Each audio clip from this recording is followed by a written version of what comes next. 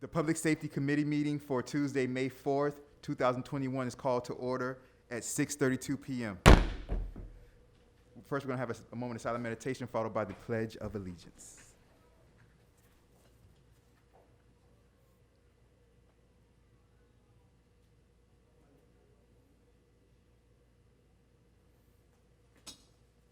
I pledge allegiance to the flag of the United States of America and to the republic for which it stands, one nation, under God, indivisible, with liberty and justice for all. Thank you very much. Madam Clerk, may I please have roll call, please? Roll call, Chair Nickerson. Here. Vice Chair Erbum. Present. Lightfoot Ward member is not here yet. Also present for the record, Janice Jacoby, Village Clerk, Christia Liu, Village Manager, Chief Magnuson, and also Councilperson Martin. Thank you very much, Madam Clerk. I appreciate it. For approval of the agenda, this is the time if anybody from the committee wants to add or subtract anything from the agenda. This is the time to let your voice be heard. If not, may I please have a motion to approve the agenda? I will make a motion to approve the agenda. I'll second that motion to approve the agenda. All in favor say aye. Aye. All opposed say nay. Hearing no nays, moving on. Next is acknowledgement of visitors and or special presentations. We have none tonight that I see for this committee. Therefore, we'll move right on to good and welfare. Good and welfare, this is the time for anybody in the audience. If you have anything that you want to say, any questions or comments about anything that's on the agenda, this particular committee agenda, now is your time to do so. I'm seeing none for good and welfare. So we'll move right along. And so the first, wait for my Wi-Fi to come on. The first agenda item, you guys, is agenda item G1. Chief, you might want to just come to the podium just because you'll be involved in a lot of this stuff. But we're going to go pretty quickly, you guys. I'm just trying to get everything prepared for our upcoming council meeting. Vice Mayor and Councilperson Martin, I know you're not on the committee, but I give you equal respect, sister. Glad you're here. All right, so for the first one, Chief, the police department automobile status. The reason why I have this on here, we know that the police department automobiles is an ongoing thing as far as, the lack of operation of the cars that we have working. Correct me if I'm wrong, Chief Magnuson, and good to see you, Chief Magnuson, by the way. Good to see you, sir. Correct me if I'm wrong, but we currently have about 19 cars, and about 4 of the 19 are fully operational. Apart from the full-timers, that's correct. We have 2 to 3 running vehicles. One officer is out injured, we're using that, and one just left the department. So we have that car. So we can cycle out the older cars to give the full-time car, Battaglia, to one of our officers. Yeah, we're hurting where the vehicles are concerned. There's no doubt about that. Minus 1 or 2 kinks in the road. The railroad repairs last month went pretty well. But I need to remind you that we had to rent cars from Enterprise for a few days because we had no available cars. That was a decision I made. We put some official police lights inside. The cars weren't being transported anywhere. They were just in stationary, but there was no way around it. So we had to improvise and make it work, and it did work. It went very successful, the operation with the FEC and the repair. But I have to say the emergency we're going through is getting worse and worse with each passing month. I need to remind everyone that the Enterprise issue was brought up in December of 2019, before police were removed from the Public Benefits Trust Fund on December 17th. They were there, and then we were removed, and so none of the monies existed. Now, since then, we spent, prior to that, but to now, we spent close to $30,000 in vehicle repairs. There was no other way around it, and there were some major repairs that needed to get done. We didn't do it because that was just not cost effective. But nickel and diming these other cars, this is what brought us to this, and the issue's been brought up consistently. Now, the donated cars. I know when I came here, we had some donated cars. The ones that are out there for Homestead, they never worked. The ones from Doral, 1 or 2 are down. One still works. I think in the past we had North Bay Village. That works, but that's a Band-Aid on a bullet wound. You're never going to get the best vehicles when people are giving them away. Now, bless them for giving them, and some did work. but they're never going to give you the best equipment they got when they're giving it away. And my men and women deserve better. You know, I was asked last year in October for then Mayor Cabillos to give a status on the donated cars, which I did. I did it twice, as a matter of fact. And basically, the numbers are about the same that you just said. I mean, we keep them out there, and the reason we keep them out there, and it doesn't look good, is because part of the enterprise program, when we had it, when we were made aware of it, over a year ago, a year and a half ago, is that part of their deal was they would take and give us monies for those cars and take them off our lot. So it wasn't prudent to remove them, and then we were told that, you know, it would move forward, and then we couldn't have got this money and assisted the village. So that's why they're still there. You know, but I ask, and I know, and I was very pleased with last couple of weeks ago with the 5-0, the first reading, but we're missing deadlines here. I know we were told in March by Enterprise, you know, Chevy already cut off their vehicles for 2021, and Dodge was cutting them off in April 8th. I'm not sure about Ford and what's left with Ford, but we're in a dire straits right now. And it's not a bad program. So that's the status, the automobile status where we stand right now. Yeah, it's a hard situation. We had a meeting today, the village manager, the village attorney, and myself.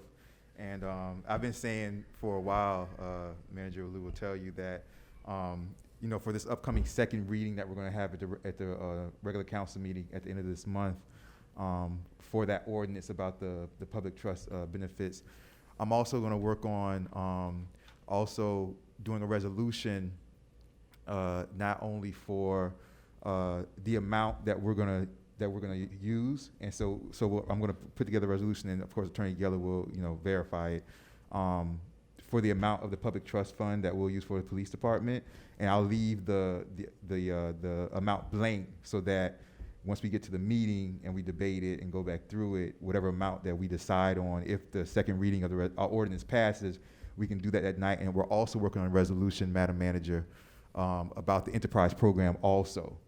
So if the first two pass, then we can pass the enterprise program the same night also, so that we don't have to wait. They don't have to wait, because as the chief just told us, every month that delays is harder and harder and harder for everything to happen. Chief, the last thing I just want to say before I ask Vice Chair Urban, who's Vice Chair for this committee, but Vice Mayor, if he wants anything to say, and I'll go to Councilperson Martin also.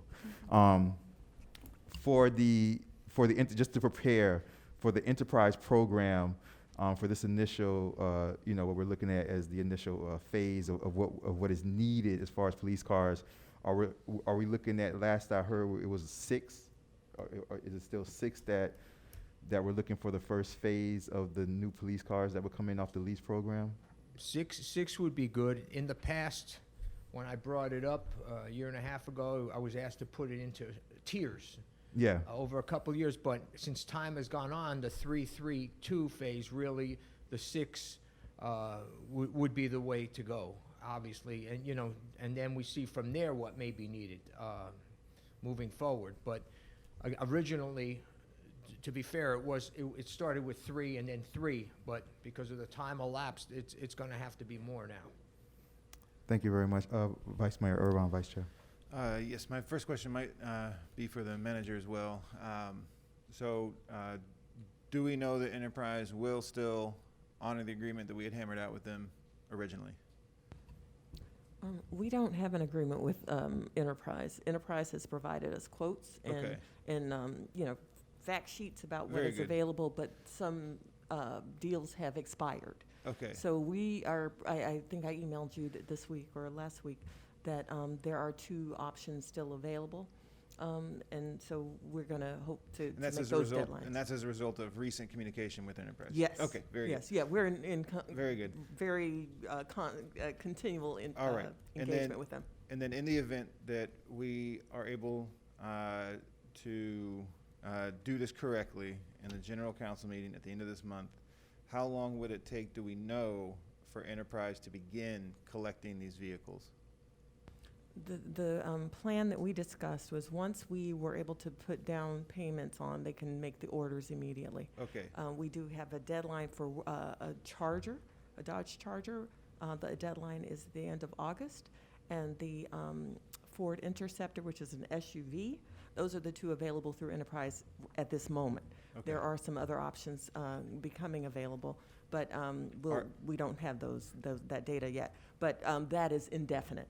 So we're okay for dates, but I want to get these secured as soon as possible because, as we know, once you order, it still takes time to then outfit them with the equipment, the striping, and then have them on the streets. It's going to take a couple of months at least. Okay, and then after a discussion I had with Chief last week, the delivery date that we're looking at would be October, November of 21. Is that right? Well, I don't know. I didn't have that discussion with the Okay. chief, but I, spoke with Enterprise, and they said it just depends on what we select, Okay. the dates of delivery. So All right, and then setting price aside, would Enterprise have 6 vehicles that they could deliver to us in short order?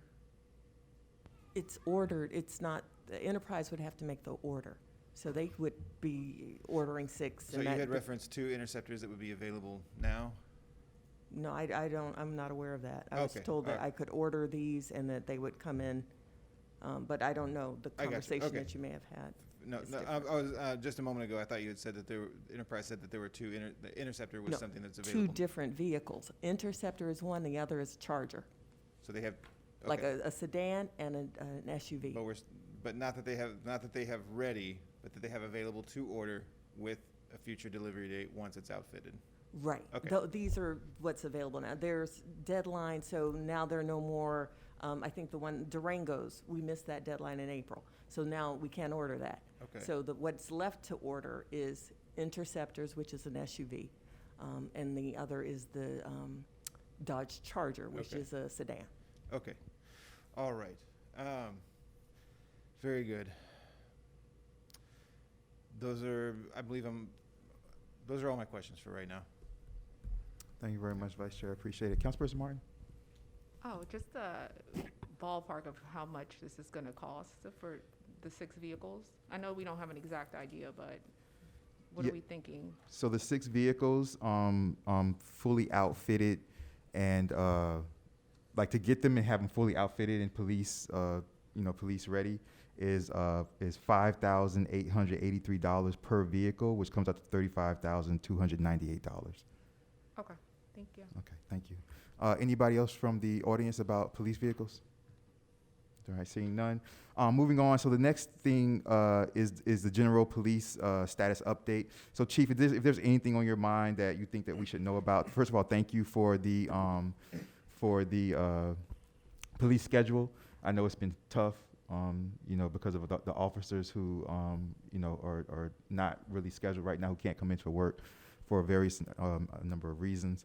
So I really appreciate that, the police schedule. But is there anything else that is kind of like outstanding, Chief, that you may want to just remind us about or just put on our radar as far as the police department goes in general? Yeah, there's a few things I would like to say in the spirit of certainly openness. And I'll cut right to the chase. The El Portal Police Department is in dire straits. And let me explain. Not in the work the department does. The officers are keeping crime down, and at the end of the day, I think that's the first and foremost barometer for me. They do an outstanding job serving the community and being proactive as things flare up. Okay. But as I stated, we lost an officers to another department. One is out injured with no end game in sight for an immediate future, if any.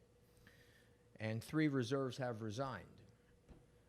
Now, 2 of the reserves, they have other businesses, and in our discussions, they were talking more or less that's got to take priority. And in our discussions, it wasn't so much anything that had to do with the department, just looking after their own private enterprise concerns. And I said, I agree, and they're good people.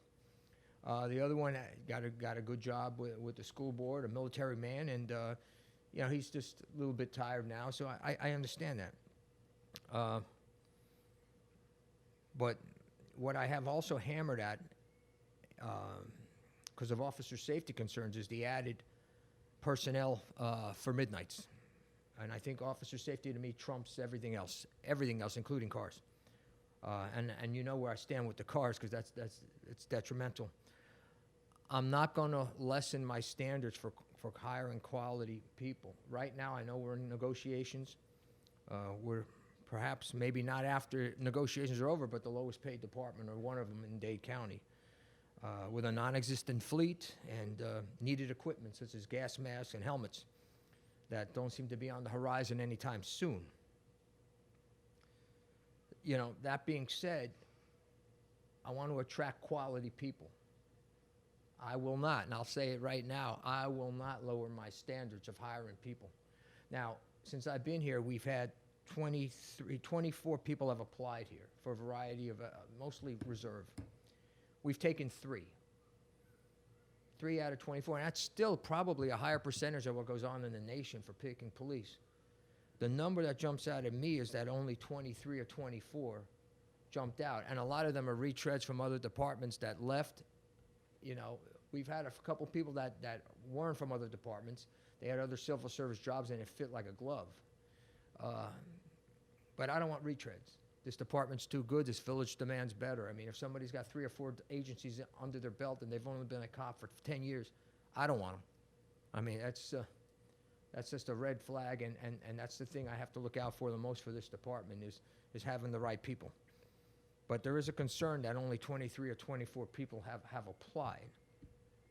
And furthermore, the reserve officers, when they do come on, you know, they have to come up with their own money and things. Usually, and I did a cost analysis, it's about $2,000 of their own money they have to come up with between the various tests and everything else that they have to take. And that's all fine and good. You know, we stay up with all the FDLE mandates, with all the training, with staying sharp, with the ATMS, making sure everybody's up to date with mandatory training. There's new training coming down too. And so despite the obstacles, we're keeping good officers. My concern is that there seems to be a crack in the ice. And I just have a concern because we have other good officers here, and I don't want to see them go. You know, at the last negotiations, it was brought up by someone, and it was tongue-in-cheek, that, you know, maybe the county should step in. I will warn everybody here, be careful what you wish for.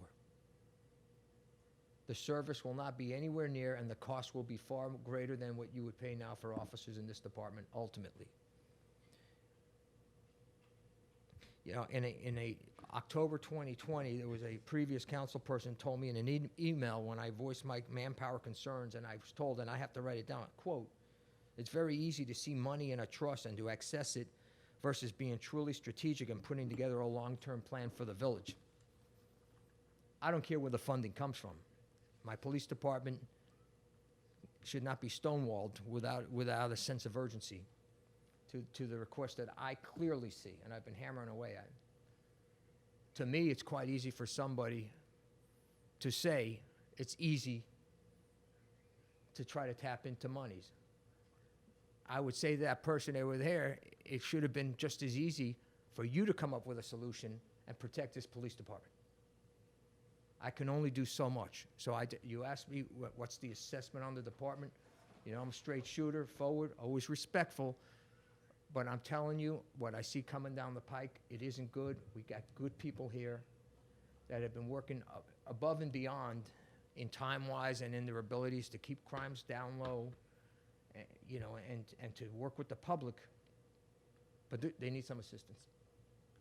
That's the best I can say in a nutshell. Thank you, Chief. I appreciate it. Thank you, sir. Just goes to show the importance of that ordinance. Like we said when we passed the first reading, you know, last meeting, you know, might have been the most important meeting in the history of El Portal for at least the past couple of decades for the future of El Portal. So we just need to close that out next meeting. Vice Mayor, Vice Chair Urban. Yeah, I'll just want to just say a few things for the record, since this is the place to do that. I try to speak fairly clearly, and I think I've voiced my opinion, or at least my personal experience with the discussion overall that's going on about policing now, right, and the relationship between police and citizens. And in my experience, I have had a mix of good and bad experiences with police. I have had my butt saved by an officer more than once who gave me a second chance, I'll say that. And then at the same time, I've also witnessed the other end of the spectrum as well. I just want to make it clear for our residents that the officers that we have in El Portal and our chief are of the highest caliber. We have role models, and for us to be lucky enough to have these role models, it would fall in the category of tragedy to lose these role models. And so we have a phenomenal leader in Chief Magnuson, truly. I know you're very modest and humble, but know that it's recognized. You have true leadership abilities, and we owe a great deal to that, to you for that, because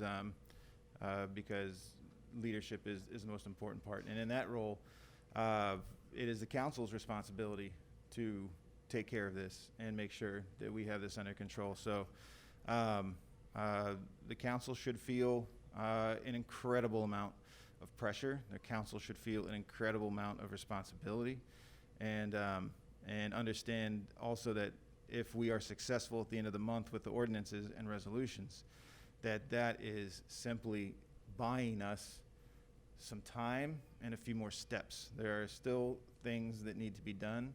The PBA negotiations will determine a lot of our options going forward. In addition to that, the equipment needs that have been voiced very clearly, itemized, costed. These are very, very real considerations. If for myself, I do not say things like defund the police, because I know that it's misconstrued. And I know that other large departments are looking to reallocate funds and do all of this, but El Portal continues to be a unique situation in this, and that we need to increase the funding for our police department because they don't have currently what they need. And so we just need, as a council, we need to really respond to that pressure, to that responsibility, because all other options are undesirable. And this is a phenomenal village, unlike any other in the entire county, and we owe a great deal to that to the police department. So clearly a statement more than a question, but I wanted to make sure and have that on the record. Thank you, Vice Mayor and Vice Chair Irwin. Councilperson Martin, you have anything? You good? Councilperson Perrella or anybody from the audience about the general status of the police department? Any comments, questions? All right. So we're moving right along, you guys. Thank you very much, Chief Magnuson. As far as hurricane preparedness, it was months ago. I was trying to pull it up, you guys, but the Wi-Fi here is giving me problems. But it's giving you problems also. I was trying to pull it up. If you remember, months going back, and Vice Mayor Urban, we were there also. The chief put together, Councilperson Martin and Councilperson Perrella, I think, was there also. The chief put together a Excel sheet of what we have in stock for like hurricane preparedness. Inventory. It was an inventory sheet. So I just wanted to make sure that we take it's nothing to talk about really or vote on or anything like that. It's just we take a look at it and we make sure that we're up to date. We make sure that because maybe something on the inventory sheet we've used for something else maybe or something. Just take a look at it before hurricane season gets here, and anything you want to add. On a bright note, when we went through the inventory last year and we were making the purchases, knock wood, we didn't have to use anything. So we have the list. Okay. It'll be the same list, but we'll look over it. So on the bright side, there's nothing to have to re-up this year. So it works itself out, and if we're lucky this year, there'll be nothing for next year. So Perfect. And might I add, Yes. Mayor and Vice Mayor, that additional to what we already have in stock, we have been through a pandemic, so we have amplified our online efforts, and that will be also a very good asset for us if there is a hurricane in the event of emergency. Thank you very much, Madam Manager. Appreciate that. Vice Mayor, Vice Chair Urban, you have anything you want to add about hurricane preparedness? You good? I'll say a significant part of hurricane preparedness would be police department fully fleeted. Sincerely, that could be that right there could get us to safety in our end zone kind of thing.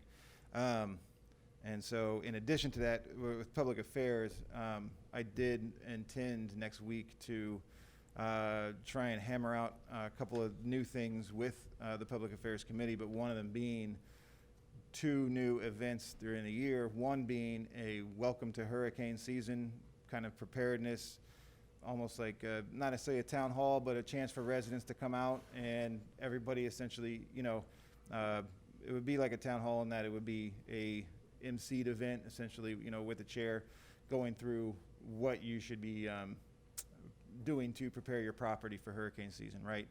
And then the second event being a celebration kind of the end of hurricane season, right?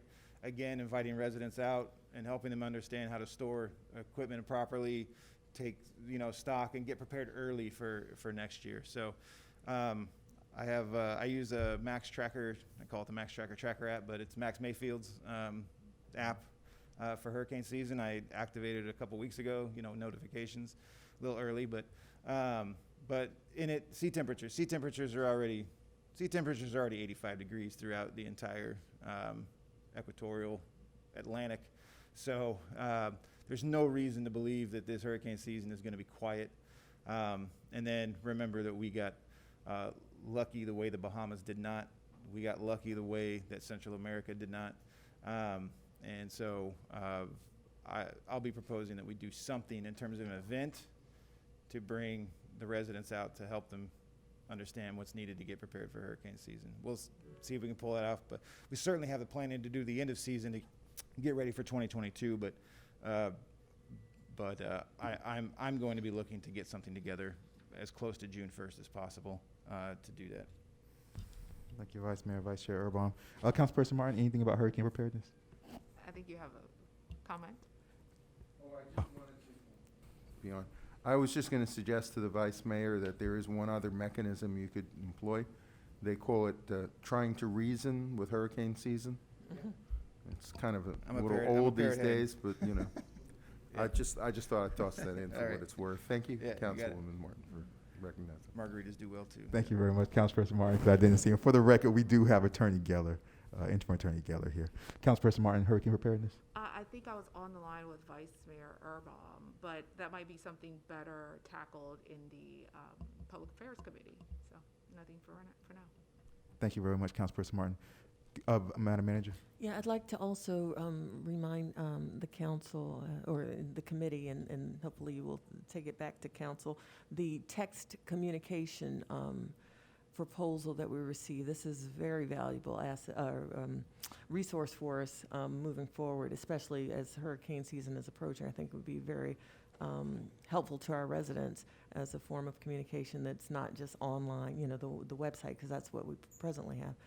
It's been proposed to the council, and I hope that we will bring it back out and make a decision about whether to utilize that or not. Yeah, thank you very much. That's very important. Thank you very much, Madam Manager. If you guys remember in the Administration and Finance Committee meeting, I said, I asked if you guys could reach out to the manager before we get to the actual Administration and Finance Committee meeting to start asking your questions, so that when we come into the committee meeting next week, we all kind of have a background understanding, so it could kind of move quickly, whether we're going to accept it or which one we're going to accept, or we're going to accept none, or whatever we're going to do. So just kind of keep that in the back of your mind for next week. Anybody else for hurricane preparedness? Anybody from the audience? Everybody good? We good? Do you want to? You have to come up. You have to come up to the podium, say your name and address for the record, and make a comment. Thank you, my brother. Appreciate it.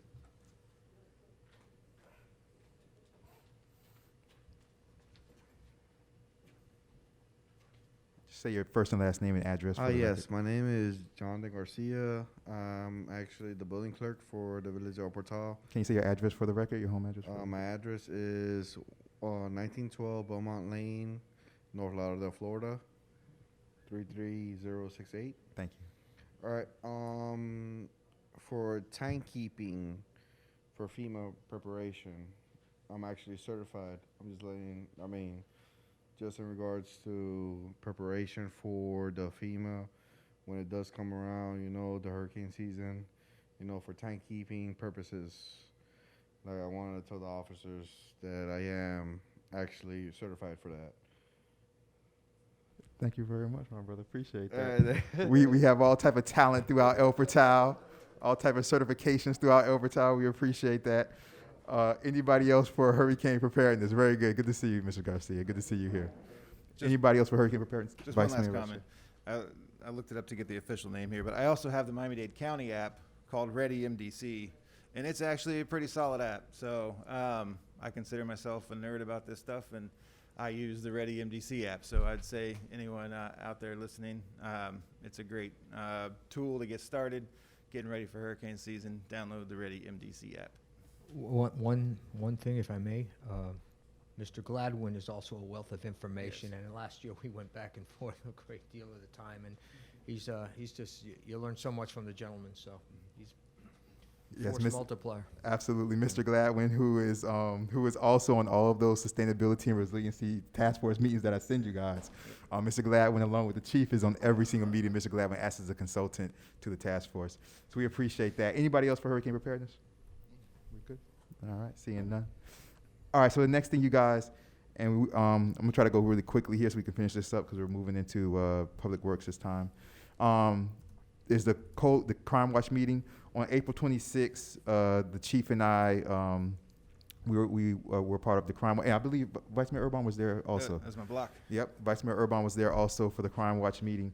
I just wanted to point out a couple of things. We don't have to really discuss them right now, but these are a couple of things that people brought up. These are things that are pretty reoccurring. So it's something that, I think that we should, it's crime watch, so I brought up in public safety, but it's something that we should probably for the next round of committee meetings start to think about or see what we can do. But it's something that's ongoing. And the two things that were brought up were street lighting, chief, and traffic calming. And street lighting, I think, was the number one thing for those at the crime watch meeting, was street lighting. And, there's a lot of history to that. I explained a lot of the history in that crime watch meeting. I kind of went over it very briefly.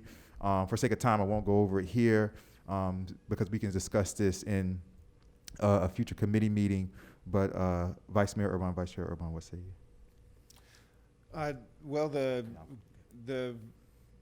kind of rebolstering of the Crime Watch program around the village seems to be kind of gaining some traction.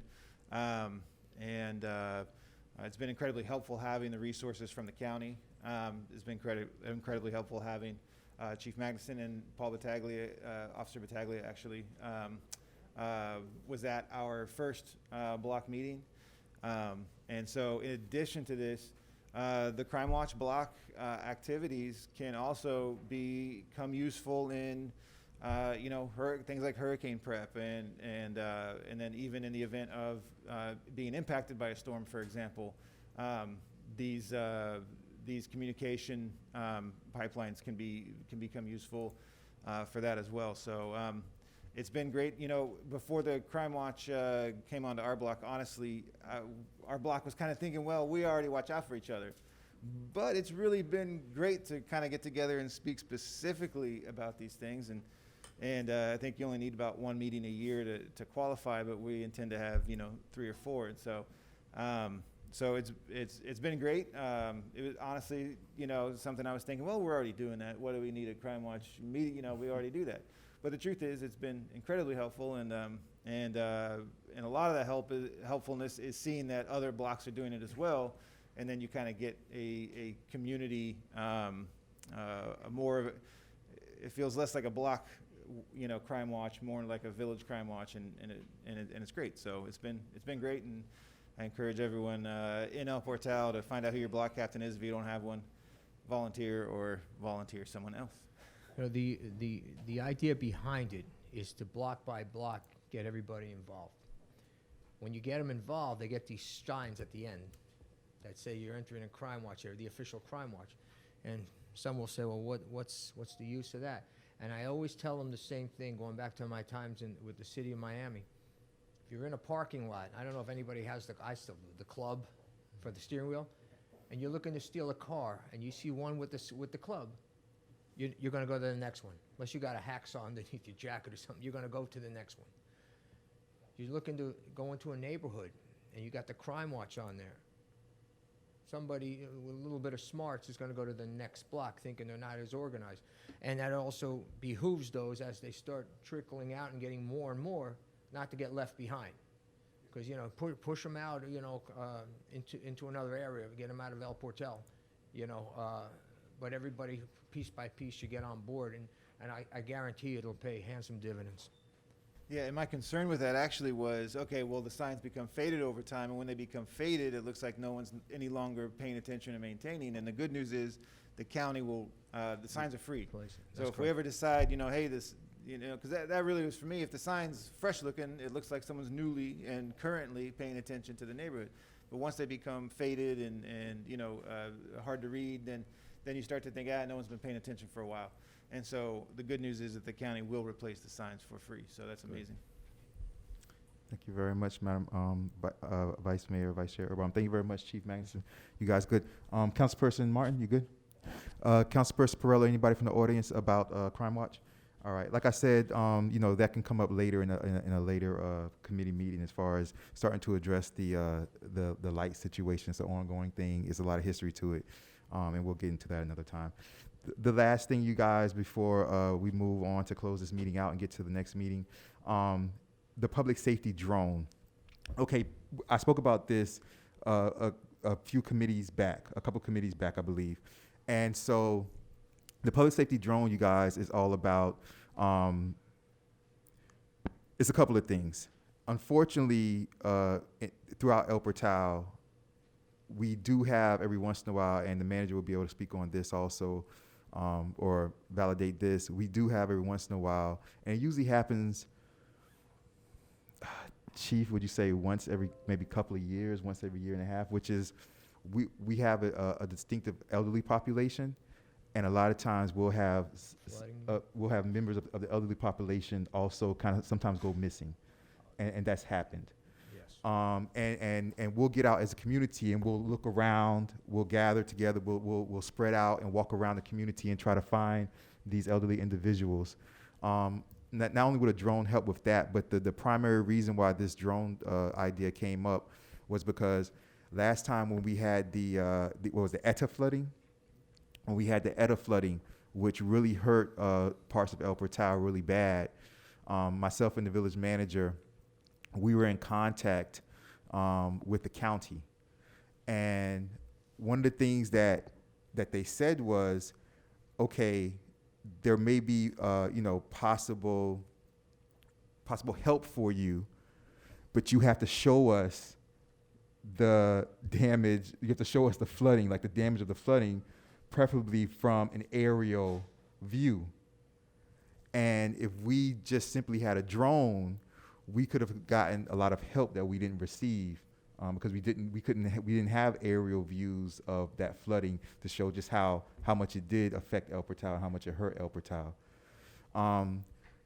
Drones you can get really good drones now for like $800, $900, $1,000, $1,200, things like that. So what I'm asking right now, Vice Mayor Urban, is that it doesn't have to be moved to necessarily the next council, which would be the May council meeting, because this does fall into hurricane preparedness and things like that. But maybe to the June council meeting, I just want to move the idea of purchasing a drone. And one of the first individuals who spoke about this, and I see our chairperson of the Sustainability and Resiliency Task Force in the audience, Ms. Elizabeth Carpenter. She's there. How you doing, Chairwoman Carpenter? Good to see you. Was Hugh Gladwin, who is also with the chief on those Sustainability and Resiliency Task Force meetings. Mr. Hugh Gladwin also was one of the first ones who started talking about the drone as far as looking over the area of El Portal when we do have emergencies and things like that.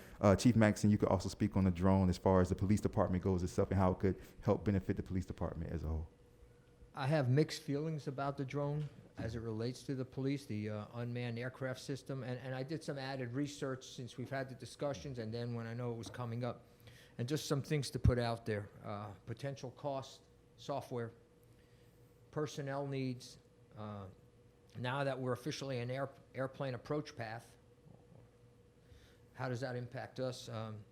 FAA has Part 107 regulations governing drones. I mean, you must learn rules, become FIA certified drone pilot with a knowledge test, register with the FAA, need a Part 107 waiver, and then the privacy concerns. I downloaded a couple things that I'm going to send to you all after the meeting just to peruse for the whole council.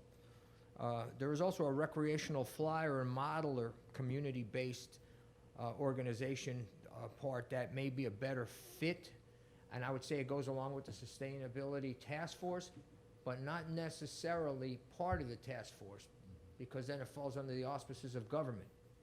And there's a whole litany of things that if you're dealing with government and the drones, and a good drone is going to be probably more than $1,000, you know, a good one for the purpose. But if a citizen did something to assist, that's part of it. For the flooding, I'm not sold on using it for police work here within the village. I think if we need to, we can reach out to an already, the county that has one or the city in progress to assist us in that, because we're going to have to commit a person to that, and we just don't have that person right now for all the training and everything he or she needs. But for flooding and things along those lines, and having a citizen that's maybe not part of the task force, but something like, we use the word consultant, that can assist afterwards, or after a hurricane or a flood, and go up there. There should be no problem whatsoever, minus the FAA rules of flying under 400 feet and all, and there's no high-rises here, so that's not going to be a problem. But I'm going to send you these things just to peruse, and maybe we come up with an idea for that. That was just my thoughts when I prepared for the meeting. No, absolutely. That's why I wanted, and I know that we've discussed this before, and that's why I wanted to, first of all, that's why I wanted to keep it public safety drone, because I didn't want it to be like the El Portal Village drone, because then when you talk about government, you start getting into issues of privacy and things like that. As far as and that's why the two main topics I was thinking about this with was flooding, public safety, flooding, and especially for when we have those elderly residents, that it happens often enough, you guys, and it rarely ends good when we finally find them. It rarely ends good. And so that's why I kind of was thinking about this. What I think we should do is that I think that we should then, we should gather all that information, and we should bring that information back to the next Public Safety Committee meeting, which is May, where are we at? July. Mm-hmm. Which is July.